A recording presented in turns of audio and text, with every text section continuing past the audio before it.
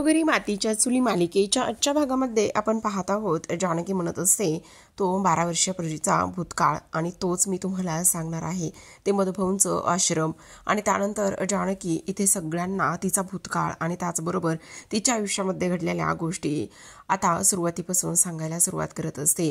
खरं तर ती अनाथ आणि त्यामुळे तिचं सगळं काही बालपण जे आहे आणि त्याचबरोबर इकडे मधुभाऊंच्या आश्रमामध्ये गेलं। आता जेव्हा ती आश्रमामध्ये होती तेव्हा मात्र तो तिला अजूनही दिवस आठवत होता। अंगणामध्ये तुळशीला दिवा लावला आणि त्यानंतर मधुभाऊंच्या आश्रमामध्येच जे किचन आहे तिथे आली आणि आल्यानंतर सगळा काही स्वयंपाक स्वतः करायला लागली होती। इकडे मुलांना विचारलं होतं, मुलांनो काय करताय रे? तेव्हा मुलांनी सांगितलं की आम्ही छान अभ्यास करतोय। त्यावर जानकी म्हणाली, हो अभ्यास पटकन करायचा आहे काय, मी पटकन तुमच्यासाठी खायला बनवते असं म्हणून किचनमध्ये जाते। आणि त्याचबरोबर आज मात्र इथे जानकी छान मसूरच्या डाळीची आमटी आणि भात बनवत असते आणि कुकरची शिट्टी झालेली असते। तेवढ्यातच टोमॅटो कापायला घेत असते। आता केस खूपच शॉर्ट असतात, त्याचबरोबर ड्रेस घालणारी ही जानकी खूपच कमाल दिसत असते। जेव्हा सगळ्या गोष्टी व्यवस्थित करत असते तेव्हाच मात्र इथे सायली येते आणि सायली आल्यानंतर तिला ती म्हणत असते, काय ग जानकी काय करत आहेस? त्यावर ती म्हणत आहे, काय करत आहे म्हणजे हे बघ ही मसूरची डाळ आहे आणि आज मी मस्त मसूरची डाळ आणि त्याचबरोबर भात बनवणार आहे।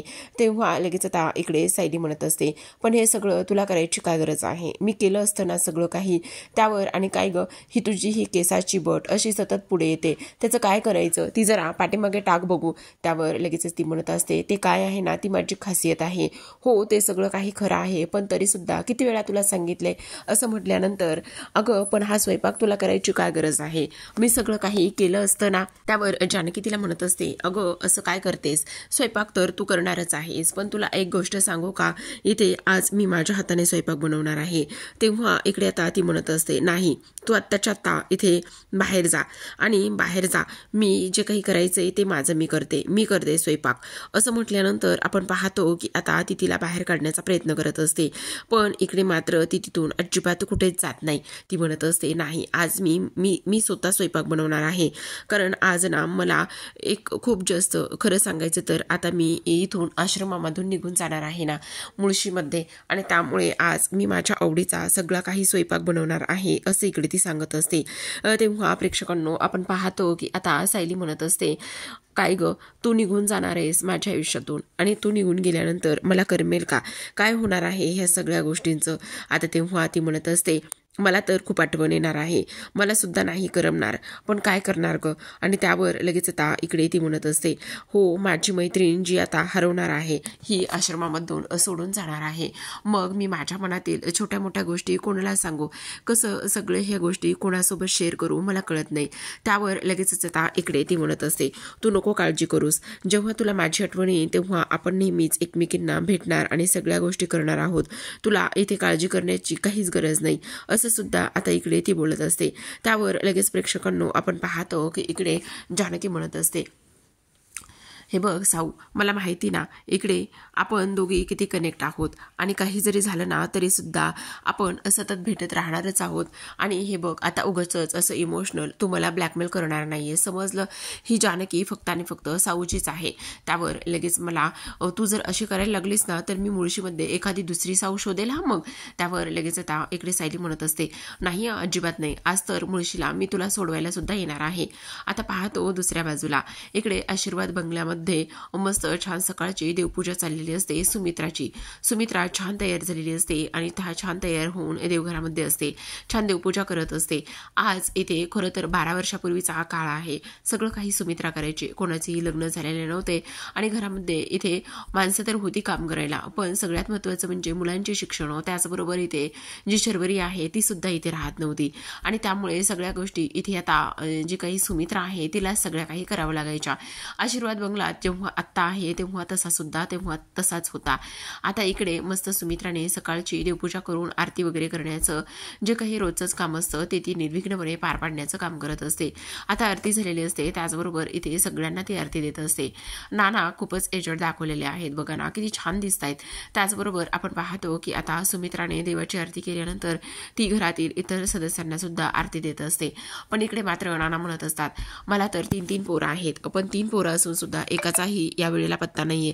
कुठे फिरडतायत, कुठे हुंदडतायत काहीच कळत नाही असं नाना म्हणत असतात. तर म्हणत असते, अरे गुलाब, मी किती वेळा सांगितलंय, इथे आरती करता वेळे सगळेजण मला माझ्या समोर हवे आहेत, पण माझ्या समोर तर कोणीच नाहीये.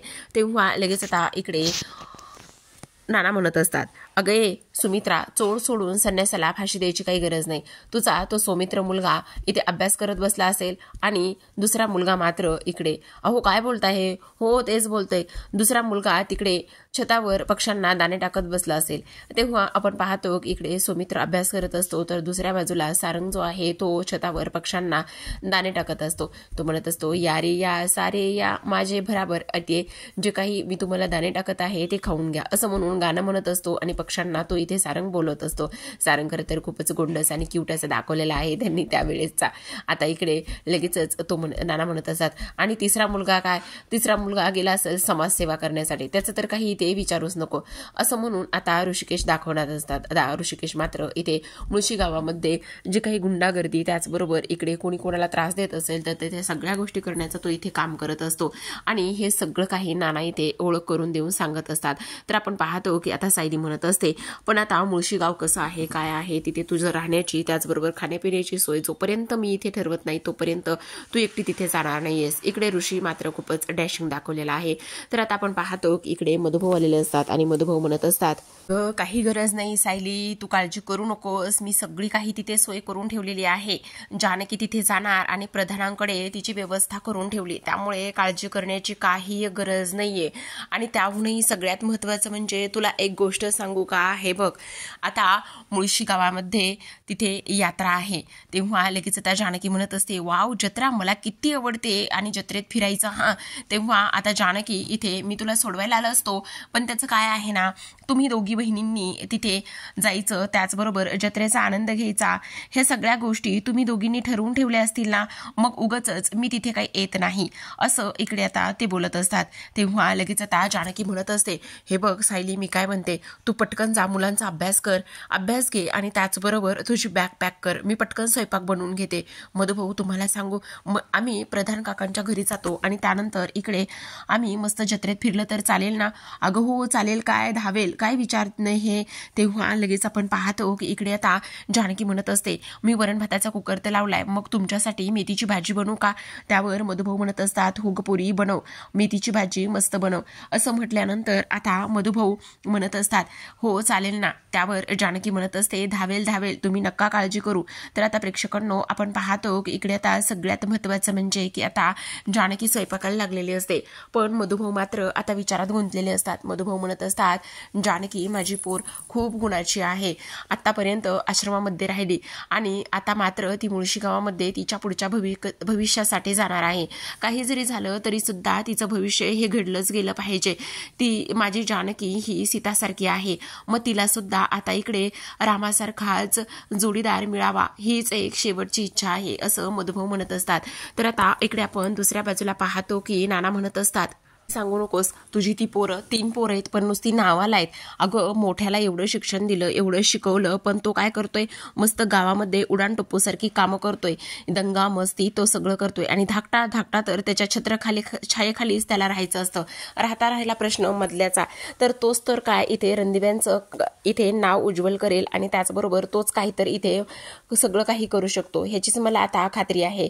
त्यावर सुमित्रा म्हणत असते, अहो असं काय करताय तुम्ही, माझा ऋषिकेश एवढं शिक्षण पूर्ण झालंय आणि एवढा तो सुद्धा दिसायला छान आहे, तो सुद्धा नक्कीच काहीतरी करेलच ना, असं काय करताय, काय करणार आहे? अगं, एवढं शिक्षण दिलं, एवढ्या सगळ्या गोष्टी केल्या, म्हटलं कधीतरी येऊन माझ्या कामामध्ये मदत कर.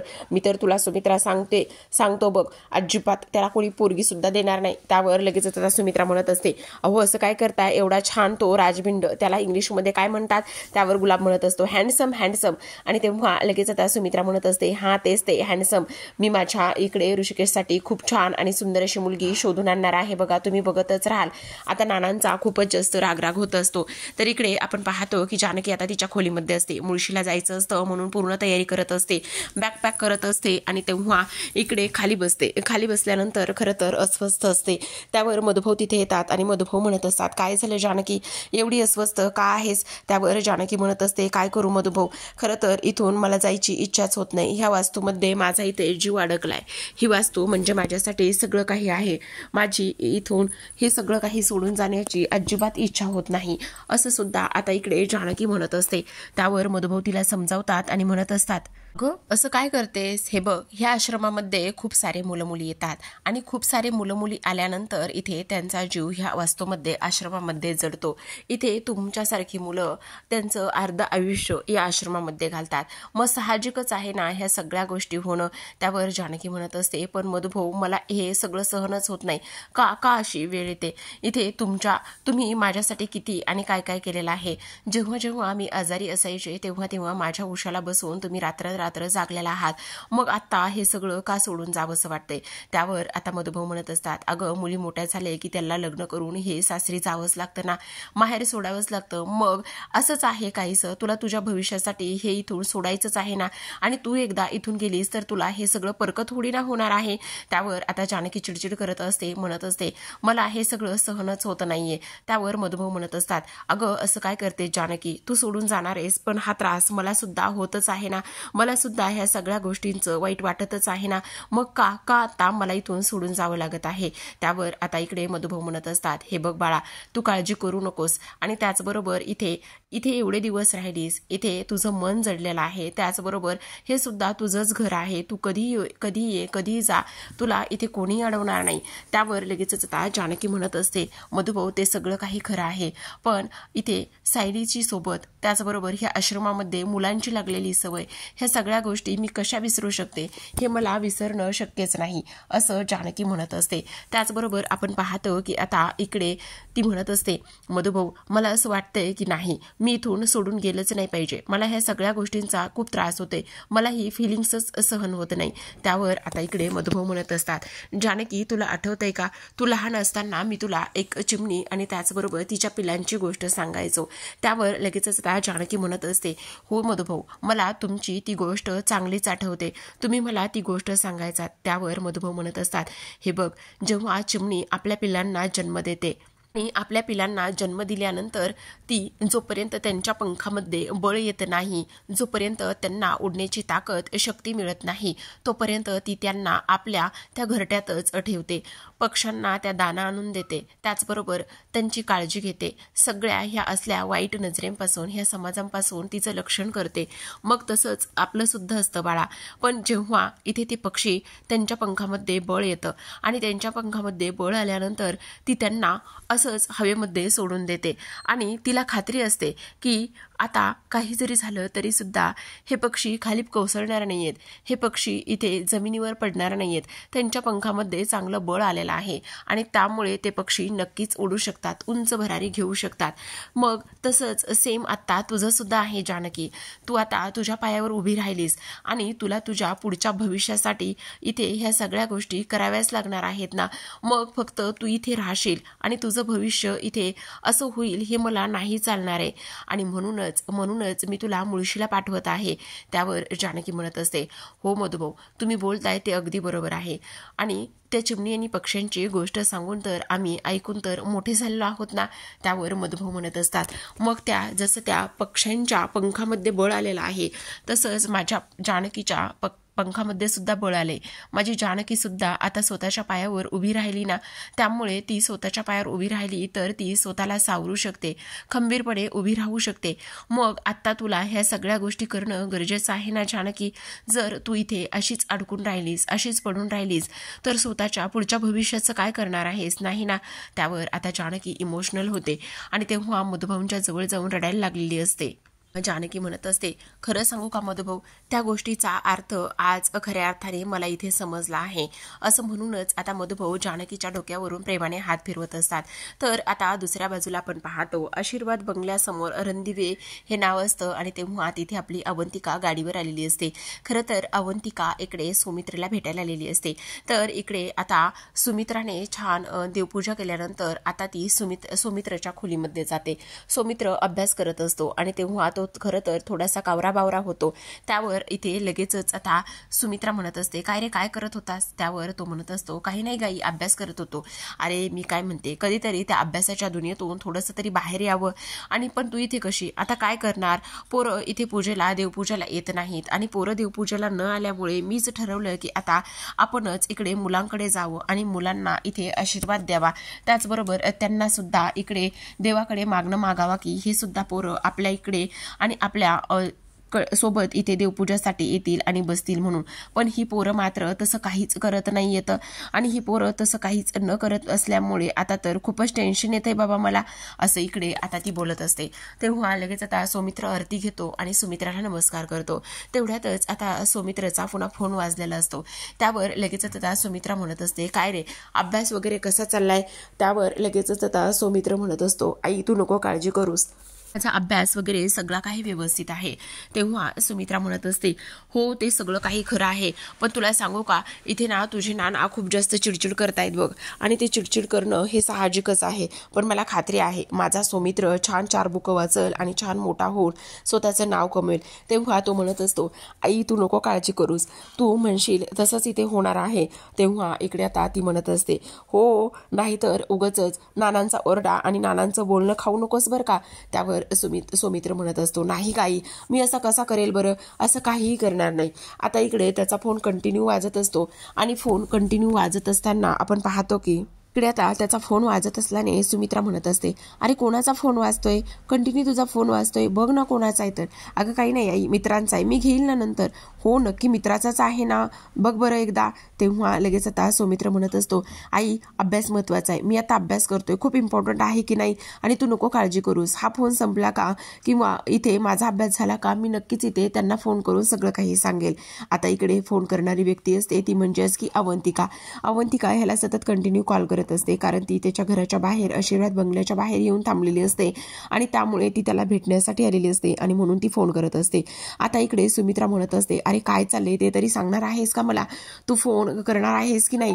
त्यावर लगेचच आता आपण पाहतो की इकडे आता सुमित्राला तो कसं तरी तिथून बाहेर काढतो, कारण इकडे त्याला आता अवंतिकाशी बोलायचं असतं आणि अवंतिकाशी बोलण्यासाठीच इकडे त्याने सुमित्राला बाहेर काढलेलं असतं. आता इकडे ती म्हणत असते, काय हा आतापर्यंत किती फोन केले पण हा अजून सुद्धा फोन उचलत नाहीये. त्यानंतर पुन्हा एकदा फोन वाजलेला असतो. त्यावर सुमित्रा म्हणत असते, अरे खूपदा फोन वाजतोय, नेमकं चाललंय काय मला काहीच कळत नाही बाबा, फोन तर वाजतोय पण तू उचलत नाहीयेस. त्यावर लगेच आता तो म्हणतो, नाही ठीक आहे मी उचलतो फोन. आता फोन उचलल्यानंतर अवंतिका म्हणते, काय चाललंय सोमी तुझं, किती वेळ झालं मी फोन करते तुला. त्यावर तो म्हणत असतो, काही नाही ग, मी जस्ट थोडंसं कामात होतो म्हणजे काय, किती वेळचा कॉल करते मी, तुझ्या घराच्या बाहेर येऊन केव्हाची थांबलेली आहे, असं सुद्धा आता इकडे ती बोलत असते. सोमी म्हणत असतो, थांब तिथेच थांब, मी पटकन तुला भेटण्यासाठी बाहेर येतो. असं म्हटल्यानंतर आता जो काही सौमित्रा आहे तो इकडे बाहेर निघालेला असतो. तेव्हा आता आपण दुसऱ्या बाजूला पाहतो की इकडे लगेचच ती म्हणत असते, काही जरी झालं ना तरी सुद्धा त्या घरट्या बाहेर तुला पडायचं आहे आणि घरट्या बाहेर पडण्यासाठी ह्या सगळ्या गोष्टी इथे होणार आहेत, तू अजिबात इकडे काळजी करू नकोस. आणि त्याचबरोबर आपण पाहतो की आता काही जरी झालं ना तरी सुद्धा इकडे मात्र जी काही आपली जानकी आहे, जानकी आता खूप खुश झालेली असते. त्याचबरोबर इकडे आता दुसऱ्या बाजूला मधुभाऊ म्हणत असतात, हे बघ तू आता उंच भरारी घ्यायची आहे ना, आणि उंच भरारी घ्यायची असेल तर आपल्याला घरट्या बाहेर इथे पडावंच लागणार आहे. ह्या सुद्धा गोष्टी तेवढ्याच जास्त महत्त्वाच्या आहेत की नाही. तेव्हाच आपण पाहतो की आता काही जरी झालं ना तरी सुद्धा मात्र इकडे जानकी खूप इमोशनल झालेली असते, पण मधुभाऊने मात्र तिला ह्या सगळ्या गोष्टी इथे समजावून सांगितलेल्या असतात. तर आता प्रेक्षकांनो इथे आजच्या भागामध्ये एवढंच. उद्याचा भाग खूपच इंटरेस्टिंग असा दाखवलेला आहे, कारण उद्याच्या भागामध्ये जानकी आणि त्याचबरोबर सायली मुळशीमध्ये जाऊन पोहोचतात. तिथे पोहोचल्यानंतर आता त्या जत्रेमध्ये फिरत असतात आणि जत्रेमध्ये फिरत असताना आता इकडे ऋषिकेशची भेट होते आणि ऋषिकेश इथे तिला आडवा येतो आणि तेव्हा त्या दोघांचं पहिल्या भेटीतच भांडण झालेलं असतं. आणि इकडे मात्र मकरंद सुद्धा दाखवलेला असतो, कारण मकरंद म्हणत असतो, काही जरी झालं ना तरी सुद्धा जानकी फक्त ह्या मकरंदचीच आहे. तर आता प्रेक्षकांनो इकडे मात्र ही जानकी आणि ऋषिकेशची झालेली पहिली भेट त्यांच्या पुन्हा दुसऱ्या भेटीला कुठपर्यंत नेऊन पोहोचवेल किंवा कशा पद्धतीने पुन्हा त्यांच्या गाठीभेटी होत राहतील हे पाहणं खूपच इंटरेस्टिंग असणार आहे. तर अशाच नवनवीन डेली मालिकांचे अपडेट्स पाहायचे असतील, जाणून घ्यायचे असतील तर नक्की चॅनलला सबस्क्राईब करा. भेटूयात उद्याच्या भागामध्ये. तोपर्यंत पाहत राहा घरोघरी मातीच्या चुली.